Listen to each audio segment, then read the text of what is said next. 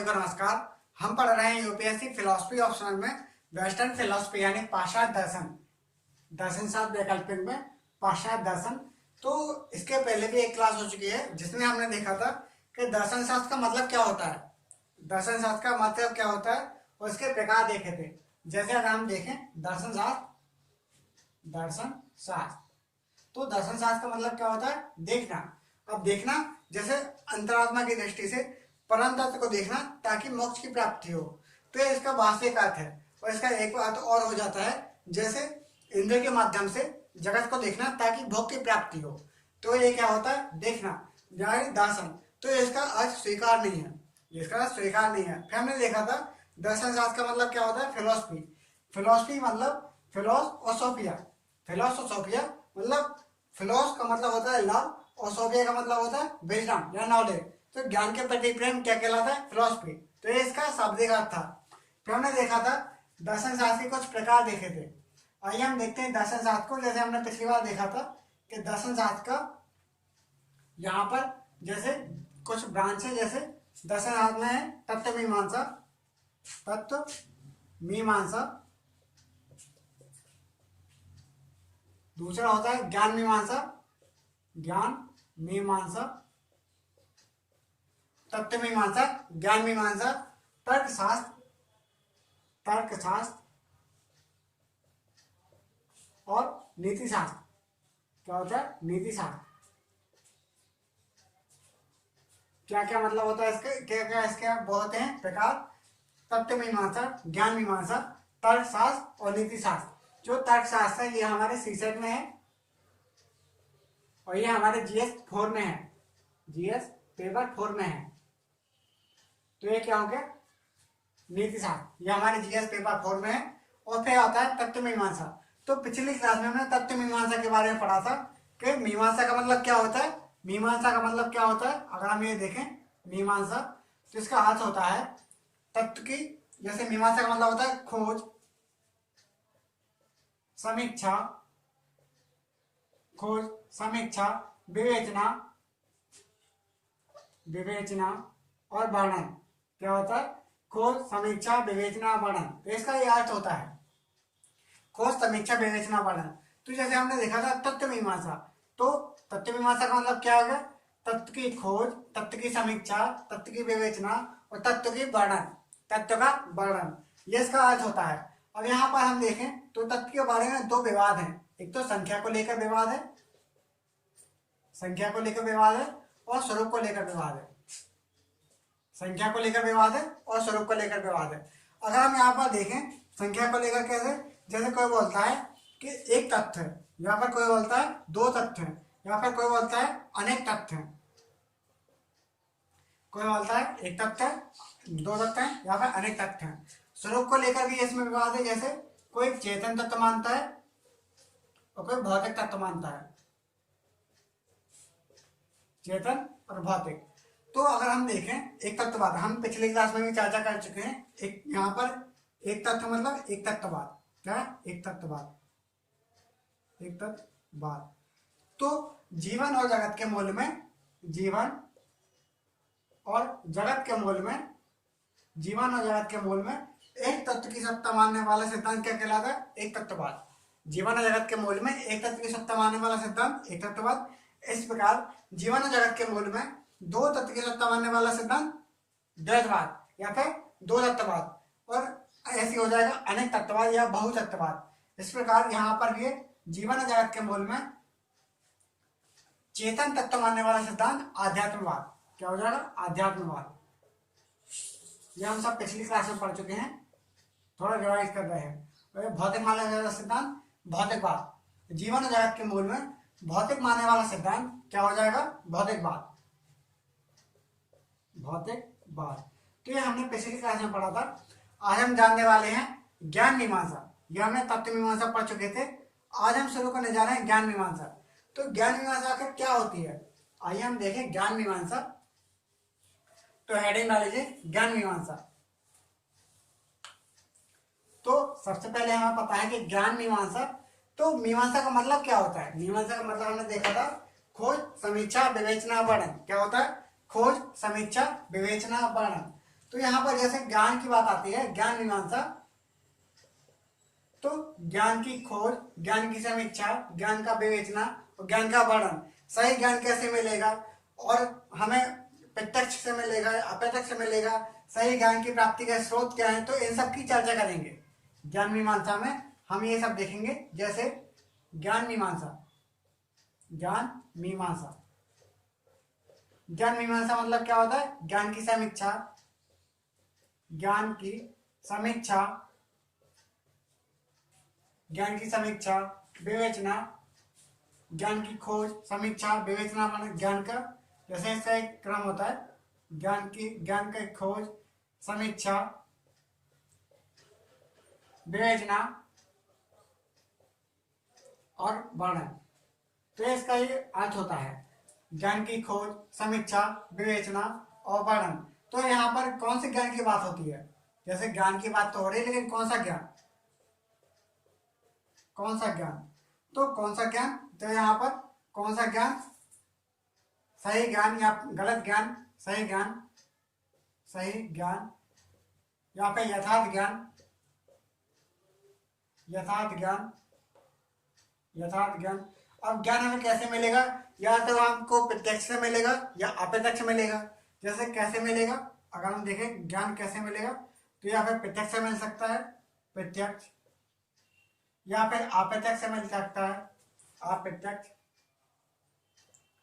प्रत्यक्ष से या अप्रत्यक्ष से मिल सकता है। ज्ञान कैसा होता है? जैसे प्रमाणिक भी ज्ञान होता है, अप्रमाणिक ज्ञान भी होता है। प्रमाणिक ज्ञान होता है, जैसे प्रमाणिक ज्ञान, प्रमाणिक ज्ञान भी होता है, अप्रमाणिक ज्ञान भी होता है, अप्रमाणिक ज्ञान भी होता है। कैसे होता है? गलत ज्ञान भी होता है, प्रमाणिक ज्ञान भी होता है, अप्रमाणिक ज्ञान। प्रमाणिक ज्ञान का मतलब जैसे प्रमाण मिल जाए, सबूत मिल जाए, तो ये क्या होता है? प्रमाणिक ज्ञान। अप्रमाणिक और अप्रमाणिक। प्रत्यक्ष ज्ञान कैसे? प्रत्यक्ष ज्ञान का मतलब हो गया जो हमें दिख रहा है, साक्षात दिख रहा है। जैसे आपको ये बोर्ड दिख रहा है, बोर्ड दिख रहा है, तो ये क्या है? बोर्ड है। तो इसका जो दिख रहा है उसी का ज्ञान। जैसे मार्कर है, तो मार्कर जो हमें दिख रहा है उसी का ज्ञान। तो ये क्या कहलाएगा? ज्ञान मीमांसा। यहाँ पर ये क्या कहलाएगा? ज्ञान मीमांसा। अगर हम देखें ज्ञान मीमांसा में कुछ और बातें हैं, जैसे ज्ञान मीमांसा में शब्दों से भी ज्ञान क्या प्राप्त होता है? जैसे शब्दों से भी हमें ज्ञान प्राप्त होता है। क्या? शब्दों से भी हमें ज्ञान प्राप्त होता है। शब्दों से कैसे? जैसे अगर देखा जाए, मैं बोल रहा हूँ, आप लोग सुन रहे हो, तो हमें इससे भी ज्ञान की प्राप्ति हो रही है, इससे भी हमको ज्ञान की प्राप्ति हो रही है। जैसे शब्दों से भी ज्ञान प्राप्त होता है, हमको प्रत्यक्ष से भी ज्ञान प्राप्त होता है, जो हम देखते हैं उससे भी हमें ज्ञान प्राप्त होता है, और अप्रत्यक्ष से भी हमको ज्ञान प्राप्त होता है, और प्रमाणिक ज्ञान, अप्रमाणिक ज्ञान। तो हम इन सब की चर्चा करेंगे, इन सब की चर्चा करेंगे ज्ञान मीमांसा में। तो ज्ञान मीमांसा, हम इनके बारे में चर्चा करें तो अगर, तो ज्ञान मीमांसा का अर्थ क्या होता है? अगर हम देखें ज्ञान मीमांसा, ज्ञान मीमांसा, तो इसका अर्थ क्या हो गया? इसका अर्थ हो गया कि ज्ञान मीमांसा दर्शन शास्त्र की प्रमुख शाखा है, जिसमें ज्ञान की खोज, समीक्षा, विवेचना, वर्णन, कौन सा ज्ञान सही ज्ञान है, कौन सा ज्ञान यथार्थ ज्ञान है, प्रत्यक्ष ज्ञान है या अप्रत्यक्ष ज्ञान है, प्रमाणिक ज्ञान है या अप्रमाणिक ज्ञान है, इन सब की चर्चा करते हैं, इन सब की विवेचना करते हैं। इसे बोलते हैं हम क्या? ज्ञान मीमांसा। अगर हम ज्ञान मीमांसा को देखें, तो ज्ञान मीमांसा, इसको हम इंग्लिश में बोलते हैं क्या? नॉलेज। ज्ञान को हम क्या बोलते हैं? नॉलेज। जैसा कि हम ज्ञान को देखें, तो ज्ञान का हम क्या बोलते हैं? नॉलेज। ज्ञान का अर्थ क्या होता है? नॉलेज। तो नॉलेज का अर्थ होता है, तो जब नॉलेज का अर्थ होता है, तो ये क्या बन जाता है? प्रज्ञा। क्या बन जाता है? प्रज्ञा। अब प्रज्ञा क्यों बोला? क्योंकि ज्ञान सही भी हो सकता है और गलत भी हो सकता है। ज्ञान सही भी हो सकता है या फिर यथार्थ ज्ञान भी हो सकता है, यथार्थ ज्ञान भी होता है, इसलिए हमने इसको प्रज्ञा बोला। ज्ञान सही भी हो सकता है और यथार्थ भी हो सकता है।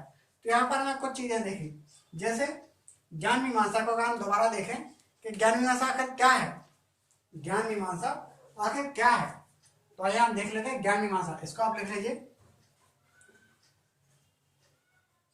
और प्लीज आप बहुत अच्छे से नोट्स बनाते रहिए और मेरे यूट्यूब चैनल को सब्सक्राइब और शेयर कीजिए और बेल आइकन को प्रेस कीजिए ताकि आने वाले वीडियो की आपको नोटिफिकेशन मिल जाए। और कुछ बच्चे होते हैं जो आर्थिक रूप से सक्षम नहीं है कोचिंग करने के लिए, तो वहां तक वीडियो जरूर पहुंचाइए, क्योंकि अगर यूपीएससी की तैयारी करना है और जल्दी से सिलेक्शन चाहिए तो फिलॉसफी ऑप्शनल लेके आप ले सकते हैं, क्योंकि फिलॉसफी क्या है, इसका सिलेबस बहुत छोटा है और स्टैटिक है। सिलेबस छोटा है और स्टैटिक है, इसमें कोई भी करंट अफेयर का इशू नहीं रहता है, तो हम इसको पढ़ सकते हैं। लेकिन यहाँ पर ध्यान देने वाली बात यह है कि जैसे इसका सिलेबस छोटा है तो यहाँ पर कंसेप्ट क्लियर होना चाहिए, कंसेप्ट क्लियर होना चाहिए, ये यहाँ की मेन बात है। अगर हम देखें ज्ञान मीमांसा, तो ज्ञान मीमांसा क्या है, एक दर्शन शास्त्र की प्रमुख शाखा है। क्या है, दर्शन शास्त्र की प्रमुख शाखा है, जिसमें सही ज्ञान की प्राप्ति का स्रोत, सही ज्ञान की प्राप्ति का स्रोत, साधन क्या है, स्रोत क्या है, सही ज्ञान की विवेचना करते हैं। दर्शन शास्त्र की प्रमुख शाखा है ज्ञान मीमांसा, क्या है, दर्शन शास्त्र की प्रमुख शाखा है, जिसमें सही ज्ञान की प्राप्ति के साधन, स्रोत, सही ज्ञान की प्राप्ति के साधन, ज्ञान की प्राप्ति के साधन, साधन स्वरूप, साधन स्वरूप, सही ज्ञान की प्राप्ति का साधन, स्वरूप, प्रामाणिकता,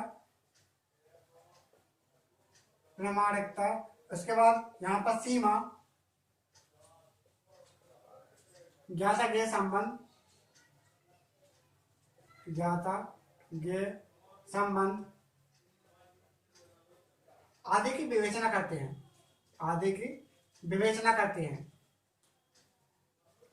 तो ज्ञान मीमांसा क्या है, ज्ञान मीमांसा दर्शन शास्त्र की प्रमुख शाखा है, जिसमें सही ज्ञान की प्राप्ति के साधन, स्वरूप, प्रामाणिकता, सीमा, ज्ञाता ज्ञेय संबंध आदि की विवेचना करते हैं। और यहाँ पर आता है सीमा। तो सीमा का मतलब क्या है, तो ज्ञान की सीमा का मतलब है कि हमें कौन सा ज्ञान मिलेगा और कौन सा ज्ञान नहीं मिलेगा। जैसे सीमा का मतलब हो गया कौन सा ज्ञान मिलेगा, कौन सा ज्ञान मिलेगा और कौन सा नहीं मिलेगा, कौन सा ज्ञान मिलेगा और कौन सा ज्ञान नहीं मिलेगा। जहां पर एक बार आता है ज्ञाता ज्ञेय संबंध, जैसे यहाँ पर अगर हम लिखें ज्ञाता और यहाँ पर आता है ज्ञेय संबंध, तो ज्ञाता ज्ञेय संबंध में यहाँ पर जो ज्ञेय है, ज्ञेय का मतलब क्या होता है, जिसे जाना जाए, जिसे जाना जाए, जाना जाए। और ज्ञाता का मतलब क्या हो गया, ज्ञाता का मतलब हो गया, ज्ञाता का मतलब जानने वाला, जानने वाला। जैसे हम सब क्या है, ज्ञाता हैं, हम जान मतलब कोशिश करते हैं जानने की, हम लोग कोशिश करते हैं, तो ये क्या हो गया, जानने वाला, जैसे हम। और ये क्या है, ज्ञेय मतलब जिसका ज्ञान प्राप्त किया जाए, जिसका ज्ञान प्राप्त किया जाए, ज्ञान प्राप्त किया जाए। जैसे फिलॉसफी, आप फिलॉसफी पढ़ रहे हैं, फिलॉसफी का ज्ञान प्राप्त कर रहे हैं, तो ये क्या हो जाएगा, ज्ञेय। और ज्ञाता क्या होता है, जानने वाला, जैसे हम, तो ये क्या हो जाएगा, ज्ञाता। तो ये हमने देखा ज्ञान मीमांसा। हम ज्ञान मीमांसा को विस्तृत चर्चा करते हैं कि ज्ञान मीमांसा का आखिर मतलब क्या होता है। जैसे तर्क से हमें ज्ञान मिलता है या बुद्धि से हमें ज्ञान मिलता है, तो हम इसके बारे में चर्चा करेंगे। जैसे आप हेडिंग डाल लीजिए ज्ञान मीमांसा। अगर हम देखेंगे फिर से ज्ञान मीमांसा का मतलब क्या है, आइए हम फिर से देख लेते हैं।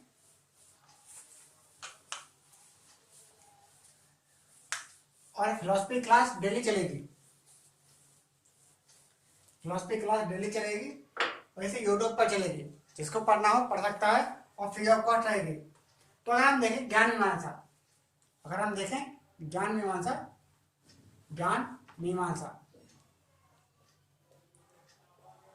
तो ज्ञान मीमांसा में हम चर्चा करते हैं सही ज्ञान की प्राप्ति का साधन क्या है, सही ज्ञान की प्राप्ति का साधन क्या है, प्राप्ति का साधन क्या है, हम इसकी चर्चा करते हैं कि सही ज्ञान की प्राप्ति का साधन क्या है। तो साधन क्या हो सकता है, या तो फिर सही ज्ञान की प्राप्ति का साधन या तो फिर बुद्धि हो सकता है, बुद्धि, या फिर सही ज्ञान की प्राप्ति का साधन क्या हो सकता है, अनुभव हो सकता है, बुद्धि हो सकता है और अनुभव हो सकता है। इसका मतलब क्या हुआ, या तो हमें बुद्धि से ज्ञान मिल सकता है या फिर अनुभव से ज्ञान मिलता है, बुद्धि से या फिर अनुभव से। जैसे बुद्धि से अगर ज्ञान मिलता है, इसको हम क्या बोलते हैं? तर्क बुद्धि। बुद्धि को हम क्या बोलते हैं? तर्क बुद्धि। तर्क बुद्धि। बुद्धि को हम क्या बोलते हैं? तर्क बुद्धि। ऐसे यहाँ पर अनुभव, यहाँ पर अनुभव, तो अनुभव को हम इंद्रिय अनुभव बोल देते हैं। क्या? इंद्रिय अनुभव। इंद्रिय अनुभव। यहाँ पर जैसे तर्क बुद्धि और इंद्रिय अनुभव, तो इसका मतलब क्या है? तर्क बुद्धि, जैसे तर्क बुद्धि मतलब बुद्धिवाद, ये क्या हो जाएगा? तो बुद्धिवाद, तर्क बुद्धि को मानने वाला सिद्धांत क्या कहलाता है? तर्क बुद्धिवाद। तर्क बुद्धिवाद। बुद्धिवाद मतलब क्या हो गया कि ये तर्क बुद्धिवाद क्या कहलाता है? तर्क बुद्धिवाद एक ज्ञान मीमांसी सिद्धांत है जिसके अनुसार, तर्क बुद्धिवाद क्या है? तर्क बुद्धिवाद एक ज्ञान मीमांसी सिद्धांत है। तर्क बुद्धिवाद क्या है? कि तर्क बुद्धिवाद एक ज्ञान मीमांसी सिद्धांत है जिसके अनुसार सही ज्ञान की प्राप्ति का साधन अनुभव न होकर बुद्धि है। तर्क बुद्धिवाद क्या हो गया? तर्क बुद्धिवाद हो गया कि एक ज्ञान मीमांसी सिद्धांत है। अगर हम इसकी परिभाषा लिखें तो क्या होता है? जैसे एक ज्ञान मीमांसी सिद्धांत है, मीमांसीय सिद्धांत है जिसके अनुसार सही ज्ञान की प्राप्ति का साधन, सही ज्ञान की प्राप्ति का साधन अनुभव ना होकर, अनुभव ना होकर बुद्धि है। इसे हम क्या बोलते हैं? तर्क बुद्धिवाद, जो हमारे सिलेबस की दूसरी यूनिट में है। तो हमको यह पढ़ना है तर्क बुद्धिवाद। तो ये आता है तर्क बुद्धिवाद, इसको हम बुद्धिवाद ही बोलते हैं। क्या बोलते हैं? बुद्धिवाद। बुद्धिवाद। और इसके समर्थक कौन है? तो इसके अगर हम समर्थक देखें तो कौन है? जैसे डेकार्ट है, डेकार्ट, जैसे Descartes, Spinoza, Spinoza, Leibniz, Leibniz. समर्थक कौन है? डेकार्ट है, स्पिनोजा है और लाइबनिज। कौन कौन से? डेकार्ट, स्पिनोजा और लाइबनिज। तो जैसे विचार आता है कि बुद्धिवाद, तो बुद्धिवाद क्या है? ये गणित का समर्थन करता है। किसका? गणित का समर्थन करता है। गणित का समर्थन करता है। गणित का समर्थन, इसका मतलब क्या हो गया? गणित का समर्थन का मतलब हो गया, जैसे अगर हम देखा जाए तो गणित का समर्थन जैसे अगर कहा जाए तो 5 + 5 = 10। अगर हमारे पास बुद्धि होगी तो हम 5 और 5 10 बोल देंगे। हमारे पास बुद्धि होगी तो 5 और 5 10 बोल देंगे। और ये 5 और 5 10 ये सर्वत्र है। क्या? सभी जगह है, सभी जगह मान्य है, सभी जगह मान्य है, सभी जगह मान्य है। ये क्या है? 5 5 10 सभी जगह मान्य है। जैसे हम देखते हैं अनुभव, इंद्रिय अनुभव। इंद्रिय अनुभव का मतलब क्या हुआ? जैसे हमारे 5 इंद्रियां हैं, तो 5 इंद्रियों के द्वारा हम जो अनुभव करते हैं, तो उससे हमें जो ज्ञान मिलता है उसे हम क्या बोलते हैं? अनुभववाद। जैसे अनुभववाद की हम परिभाषा देखें तो परिभाषा क्या हो जाएगी अनुभववाद की? अनुभववाद या फिर इंद्रिय अनुभववाद। तो इसकी परिभाषा क्या हो जाएगी कि ये एक ज्ञान मीमांसी सिद्धांत है। ज्ञान मीमांसीय अनुभववाद क्या है? यह एक ज्ञान मीमांसी सिद्धांत है जिसके अनुसार सही ज्ञान की प्राप्ति का साधन, सही ज्ञान की प्राप्ति का साधन, प्राप्ति का साधन बुद्धि ना होकर अनुभव है। अनुभव की बात करेंगे तो ये बुद्धि ना होकर अनुभव है। बुद्धि ना होकर, बुद्धि ना होकर अनुभव है। बुद्धिवाद क्या है? यह एक ज्ञान मीमांसी सिद्धांत है जिसके अनुसार सही ज्ञान की प्राप्ति का साधन बुद्धि ना होकर अनुभव है। क्या है? अनुभव है। तो यहाँ पर हमें दो विचार आ जाते हैं। तो हमें ज्ञान कैसे मिलेगा? जैसा हम देखें सही ज्ञान की प्राप्ति का साधन, तो ज्ञान कैसे मिलेगा? ज्ञान कैसे मिल सकता है? तो या तो हमें गणित से ज्ञान मिल सकता है, गणित से ज्ञान मिल सकता है, या फिर विज्ञान से ज्ञान मिल सकता है। या तो फिर गणित से ज्ञान मिल सकता है या फिर विज्ञान से ज्ञान मिल सकता है। तो जो गणित से ज्ञान मिलता है, तो गणित से ज्ञान मिलता है, ये क्या सर्वत्र है? क्या सर्वत्र है, जो चेंज नहीं होता। चेंज नहीं होता। लेकिन जो विज्ञान है, विज्ञान क्या है, ये सब जगह नहीं है। यहाँ पर एक्सपेरिमेंट होते रहते हैं और ये क्या है, परिवर्तित होता रहता है। विज्ञान क्या है, ये परिवर्तित परिवर्तित होता रहता है। ये क्या परिवर्तित होता रहता है। और अगर देखा जाए तो विज्ञान इसमें क्या है, एक्सपेरिमेंट करते रहते हैं और ज्ञान, यहाँ पर ज्ञान की परिभाषा बदल जाती है। यहाँ पर क्या है, एक्सपेरिमेंट करते रहते हैं, प्रयोग करते रहते हैं, प्रयोग परीक्षण, तो मतलब एक्सपेरिमेंट प्रयोग परीक्षण करते रहते हैं और ज्ञान परिवर्तित होता रहता है। जब तक ये ज्ञान, जैसे विज्ञान है, तो विज्ञान जब तक ज्ञान प्राप्ति का स्रोत, जैसे मान लो कोई ज्ञान है, तो ज्ञान को तब तक ज्ञान माना जाता है जब तक कोई उसका खंडन न कर दे।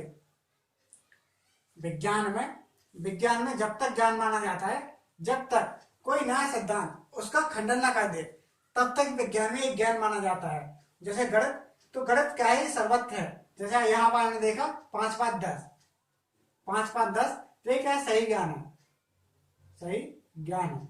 तो आप पूरी दुनिया में कहीं भी चले जाइए तो ये 5 5 10 ही होगा, 5 5 10 ही होगा। ये पूरी दुनिया में कहीं भी चले जाइए तो ये क्या है, सही ज्ञान है। अगर मान लो हम क्या होते हैं, यहाँ पर 5 5 12, 5 + 5 = 12, 5 + 5 = 12, तो ये क्या है, ये गलत है। तो पूरी दुनिया में कहीं भी चले जाइए, 5 और 5 12 नहीं हो सकते। तो ये क्या है, ये पूरी दुनिया में गलत होगा। तो ये क्या है, सर्वत्र मान है। जबकि विज्ञान क्या है, यह परिवर्तित होता रहता है, विज्ञान परिवर्तित होता रहता है। तो यहाँ पर हमने देखा अनुभववाद, जैसे हमने देखा बुद्धिवाद, तो बुद्धिवाद गणित का समर्थन करता है, बुद्धिवाद गणित का समर्थन करता है। और जो अनुभववाद है, ये विज्ञान का समर्थन करता है। किसका, विज्ञान का समर्थन करता है। अनुभववाद ये क्या है, विज्ञान का समर्थन करता है।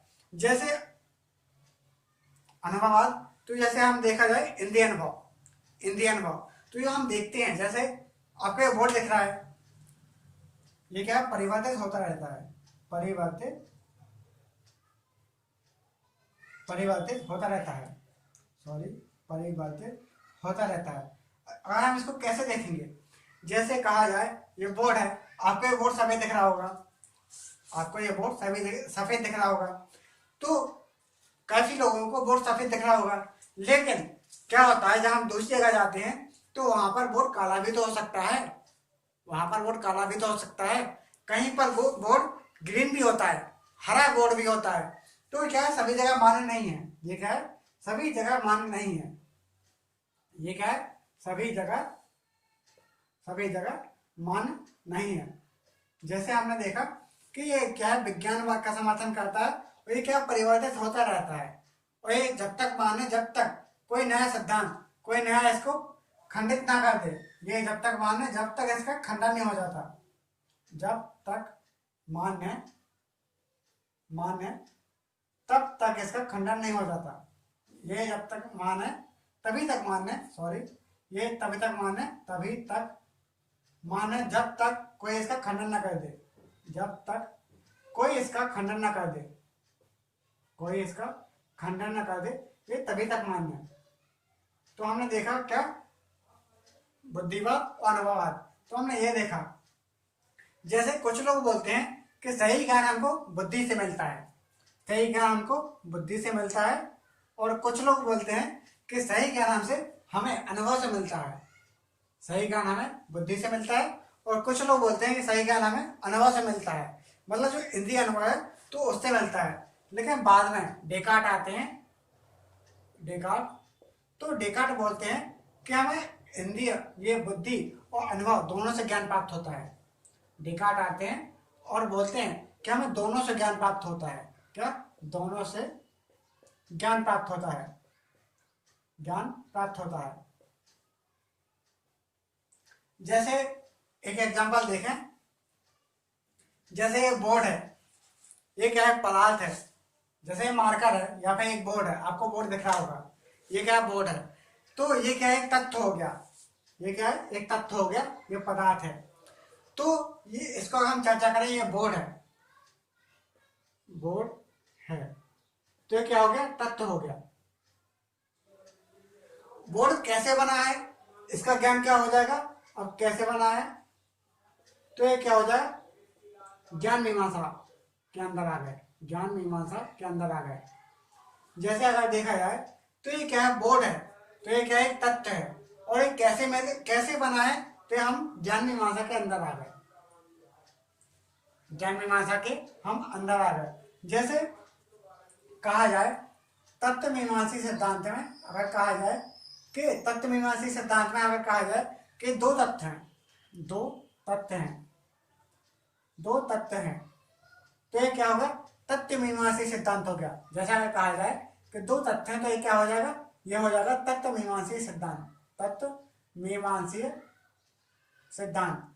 और जैसे अगर कहा जाए तत्व मीमांसी सिद्धांत, और ये तत्व जो है, तो तत्व का ज्ञान कैसे मिला, जैसा अगर कहा जाए कि दो तथ्य हैं तो ये क्या हो जाएगा, तत्व मीमांसी सिद्धांत। और दो तत्व का ज्ञान कैसे मिला,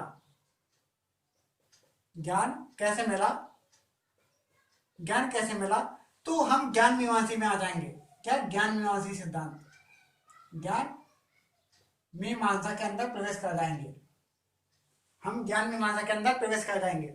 तो फिलोसफी के पूरे जो फर्स्ट पेपर है, फर्स्ट पेपर में हमको तत्व मीमांसा और ज्ञान मीमांसा पढ़ना है। जो फिलोसफी का फर्स्ट पेपर है, तो फर्स्ट पेपर में हमको तत्व मीमांसा और ज्ञान मीमांसा यही सब पढ़ना है। और आज की और कल की, ये पिछली क्लास और आज की क्लास, ये क्या बेसिक क्लास थी, बेसिक क्लास थी। अगली क्लास में हम देखेंगे कि जैसे हमने देखा तत्व मीमांसा, ज्ञान मीमांसा, तर्कशास्त्र और नीति शास्त्र। तो नीति शास्त्र क्या होता है, क्योंकि हमको जीएस पेपर 4 में पढ़ना है, जीएस पेपर 4, तो हमको जीएस पेपर 4 में पढ़ना है। लेकिन हम यहाँ पर भी देख लेंगे कि ये नीति शास्त्र आखिर होता क्या है, नीति शास्त्र क्या होता है, हम इसको भी पढ़ेंगे। नीति शास्त्र क्या होता है, हम इसको भी पढ़ेंगे। तो उम्मीद करता हूँ कि आप बहुत अच्छे समझ गए होंगे। और यहाँ पर हम कुछ चीजें और देख लेते हैं। जैसे हमें कुछ चीजें और याद आ रही हैं, जैसे सही ज्ञान प्राप्ति का साधन, इसको आप लिख लीजिए और प्रॉपर नोट्स बनाते रहिए और लाइक और शेयर करते रहिए, दबा के ठोके लाइक और शेयर। जैसे इसको लिख लीजिए और नोट्स बनाते रहिए और डेली पढ़िए, क्योंकि अगर आप डेली नहीं पढ़ते हैं, रिवाइज नहीं करते हैं, तो आपको बहुत दिक्कत होने वाली है। जब एग्जाम आएगा जब आपको समझ में आएगा मेरी बात है। तो आप ध्यान से पढ़िए और रेगुलर पढ़ते रहिए, डेली पढ़िए। अगर हम देखें सही ज्ञान प्राप्ति का साधन, अगर हम देखें सही ज्ञान प्राप्ति का साधन यानी स्रोत, सही ज्ञान प्राप्ति का साधन या फिर स्रोत, सही ज्ञान प्राप्ति का साधन या फिर स्रोत, तो इसको हम क्या बोलते हैं, इसको हम प्रमाण बोलते हैं। क्या बोलते हैं, प्रमाण। सही ज्ञान प्राप्ति का साधन या स्रोत, इसको हम क्या बोलते हैं, प्रमाण। इसको हम इंग्लिश में भी प्रमाण बोलते हैं, PRAMAN। क्या बोलते हैं, प्रमाण। सही ज्ञान प्राप्ति का साधन या स्रोत, ये क्या प्रमाण है। अब प्रमाण इसके कितने प्रकार होते हैं, इसके 6 प्रकार होते हैं, 6 प्रकार होते हैं। जैसे 6 प्रकार होते हैं। पहला होता है प्रत्यक्ष, प्रत्यक्ष प्रमाण, प्रत्यक्ष। दूसरा अनुमान, प्रत्यक्ष अनुमान शब्द, यहाँ पर उपमान, अपमान नहीं है, ये उपमान है, उपमान। उसके बाद जैसे अर्थापत्ति, अर्थापत्ति, अर्थापत्ति के बाद अनुपलब्धि, अनुपलब्धि। कौन कौन से होगा, प्रत्यक्ष, अनुमान, शब्द, उपमान, अर्थापत्ति, अनुपलब्धि। जैसे प्रत्यक्ष है, तो प्रत्यक्ष से भी हमको ज्ञान प्राप्त होता है, प्रत्यक्ष से भी हमको ज्ञान प्राप्त होता है। जो हम देखते हैं ज्ञान हमें मिल जाता है कि वो वस्तु कैसी है। जैसे मैं पढ़ा रहा हूँ तो आप देख रहे हैं, आपसे को इससे भी ज्ञान मिल रहा है। जैसा अगर मैं कुछ ना भी बोलूं, केवल लिखते जाऊं, तो भी आपको थोड़ा बहुत ज्ञान मिल जाएगा। और जैसे अनुमान, अनुमान से भी हमको ज्ञान मिलता है। अनुमान क्या है, ज्ञान प्राप्ति का स्रोत है। जैसे कहा जाए कैसे स्रोत है, जैसे आप मान के चल रहे हैं कि अगर आप अच्छे से पढ़ेंगे तो आपका यूपीएससी में सिलेक्शन हो जाएगा और आप कलेक्टर बनेंगे, आईएएस बनेंगे। तो क्या हम अनुमान लगाते हैं, अगर आप अच्छे से पढ़ेंगे तो आप आईएएस बनेंगे। तो क्या है, अनुमान लगाया आपने। और जैसे शब्द, तो शब्द से भी आपको ज्ञान मिल रहा है। जैसे मैं बोल रहा हूँ और आप ज्ञान प्राप्त कर रहे हैं, मैं बोल रहा हूँ और आप ज्ञान प्राप्त कर रहे हैं। तो क्या है, ज्ञान प्राप्ति का स्रोत है। ये क्या है, ज्ञान प्राप्ति का स्रोत है। इनको हम अच्छे से आगे अच्छे से डिटेल में पढ़ेंगे, इसको हम अच्छे से आगे डिटेल में पढ़ेंगे।